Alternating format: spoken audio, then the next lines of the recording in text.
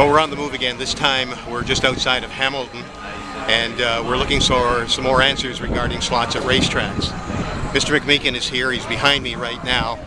He's already talked to the horse people. I'm going to try and post those videos. Everybody jumped in, and sure enough, it was a scrum that wasn't acceptable. But you'll get to see an awful lot of what Mr. Meekin had to say.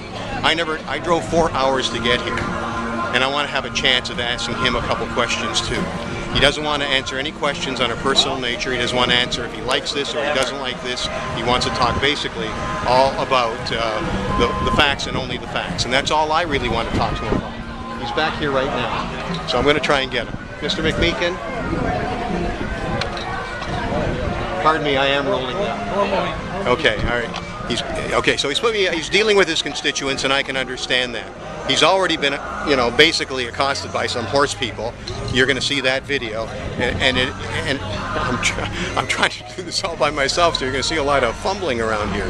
But he is in the background. He's waiting for me, and he did say he would give me a chance to speak to him.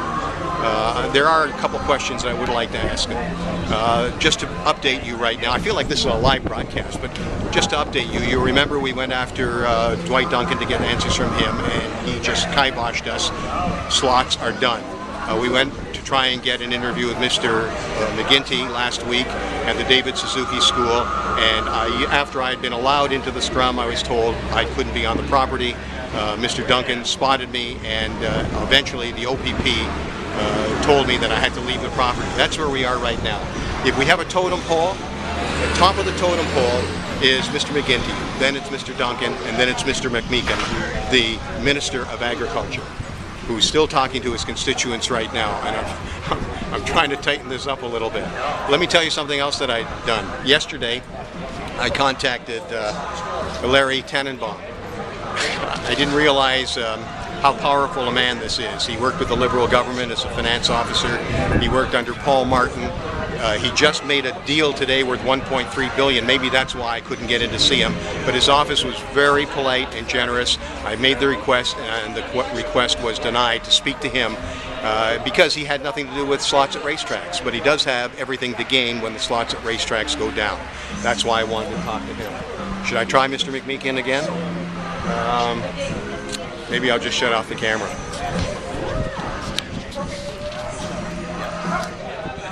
Good to see you again.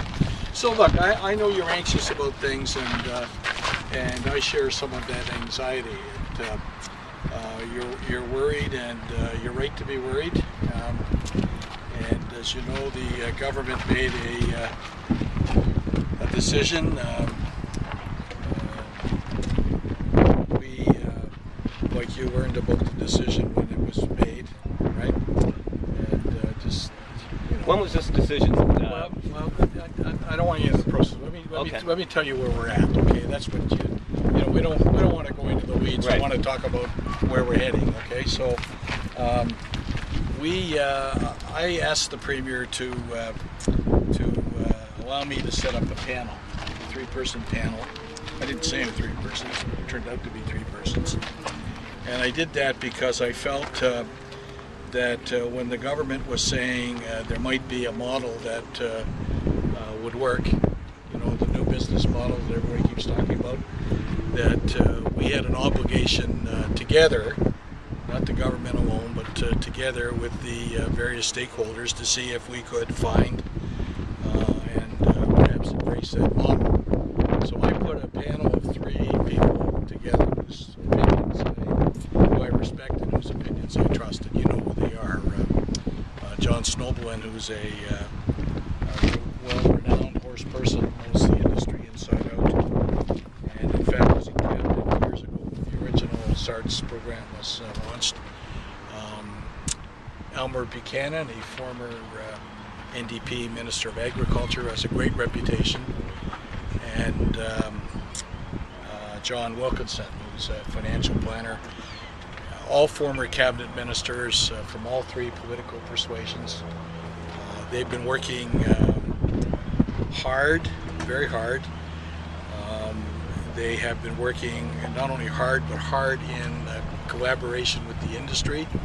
They met with literally hundreds of people, track owners, horse people, Araya, some of the track owners, mayors, as I have, by the way, meeting a lot of people. They will be issuing I believe they'll be issuing an interim report next Wednesday, which will be, I suspect, interesting and of some interest to all of you.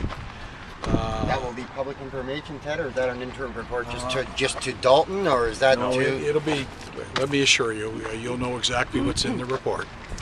Okay? It may take a couple of days because legally we have to translate it into French before we release anything. That's the law in Ontario. Any report that's paid for by out of government funds has got to be bilingual, right? Mm-hmm. So that'll happen, and so probably by the end of next week. In all likelihood, I will be issuing a statement before that. But to be 100% frank and completely transparent and open with you, I have not yet seen the report. Okay, and so I am reticent to comment on a report that I'm anticipating will be helpful, right, without having seen it or read it. So like you, I'm waiting with some great anticipation, towards getting the report soon. And in the meantime, I've asked the panel to redouble their efforts to do the fiscals, because this originally came out of finance, right, and the OLG, right, not out of agriculture, right. I was the guy who set up the panel, okay, to see if we could move something forward. All right.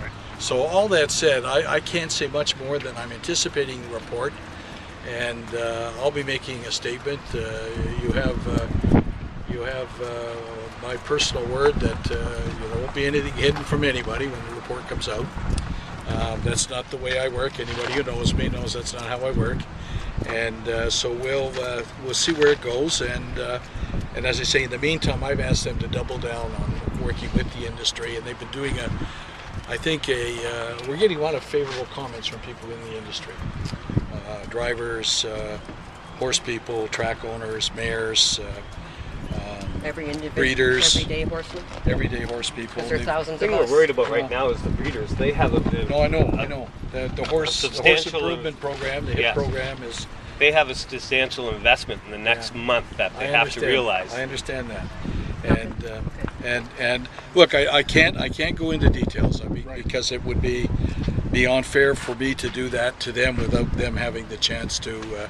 But let me assure you that the report will come first and foremost to me, right? I will then be in a position to ensure that the contents of that report are made known widely, and whatever subsequent work that may be identified as being done will also be articulated at that time. So that's where I'm coming from. You need to know that. That's why I wanted to come right to you and share that with you. Okay. We have answered your questions already. You just don't like the answer, and that's not our fault. It's not about not liking the answer. Who are you? What's your name, by the way? Do I have your name? We're done.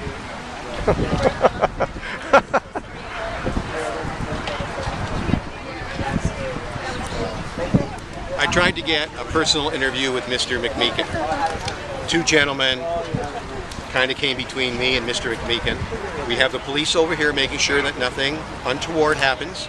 I assured them that nothing untoward would happen. But I haven't been able to ask the questions that I want to ask, and I'm told that Mr. McMeekin will not give any answers of a personal nature. One question I wanted to ask, he's putting a lot of weight on the report that's coming out this week that'll be available on September the 4th. My question is, what makes you believe that this report will be adhered to when the two reports, the Zadinsky report in 2008 and the Drummond report in 2011, which both called for a review of racing slots, was ignored? Why is this one ignored? In any event, there were other questions. I drove 4 hours. This is what I got. So enjoy Mr. McMeekin's part.